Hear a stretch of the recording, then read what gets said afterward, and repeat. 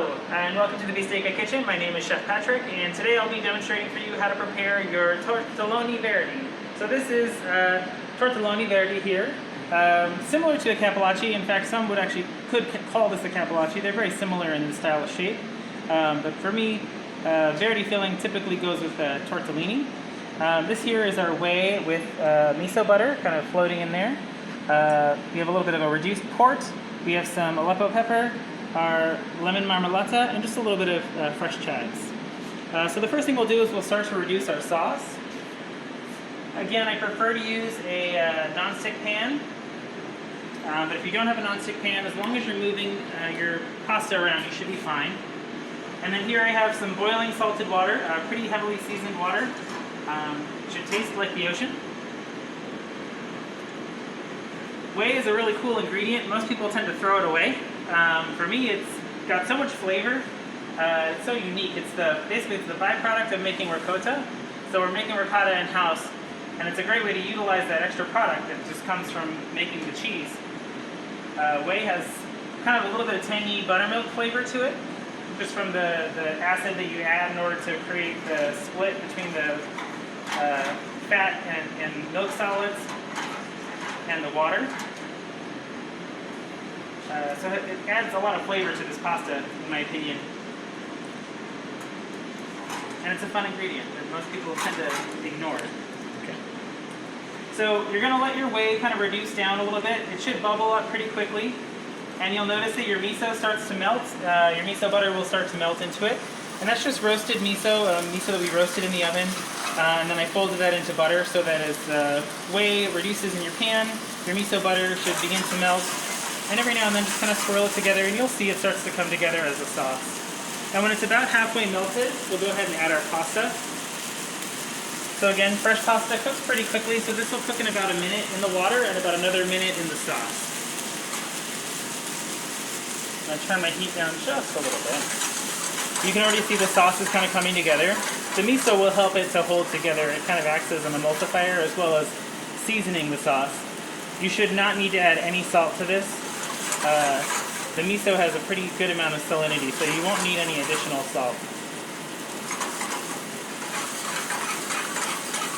And how do you know when those little guys are ready to transfer to the sauce? Usually they will float. As you can see, they're already kind of starting to float. I generally will make sure that they cook a little bit longer than that. It is a filled pasta. You want to make sure your filling is nice and warm. There's a little bit of Parmesan in that filling, so you'll want to have that cheese get a little bit melty, so it sort of folds into the spinach and kale. And are you looking for a broken sauce on this one or an emulsified sauce? It should emulsify. Again, that miso is going to kind of naturally emulsify it as it melts and cooks into the sauce. If your sauce does break, it's okay. It's still going to taste delicious. So we'll go ahead and we'll pull our pasta out here. So again, you're going to go for about a minute in the water, and then about another minute to about 30 seconds to a minute in the pan. And just continue swirling it around. You're kind of glazing your pasta as you do this.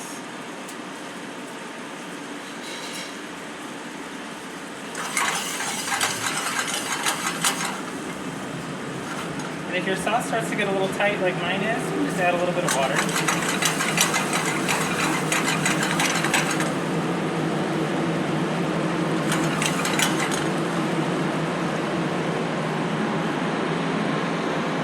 Once your pasta's had a little time in the sauce, you can see it starts to get sticky to the pasta. Then your pasta is ready to go. So we'll take our pasta out here. We have beautiful Richard Ginori plateware. I definitely encourage something with kind of a bowl shape for this pasta, because you're going to keep a lot of this sauce together here.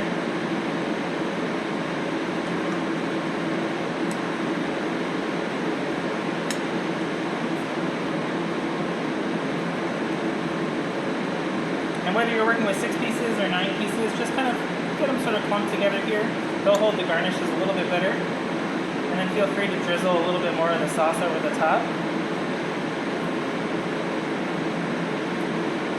This is not really a very traditional sauce, but I like the umami flavor that you get from the miso miso, especially since it's roasted, so it has a little bit of its own sweetness.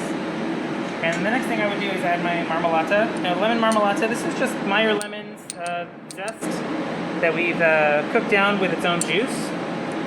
So it's kind of sweet, almost candied.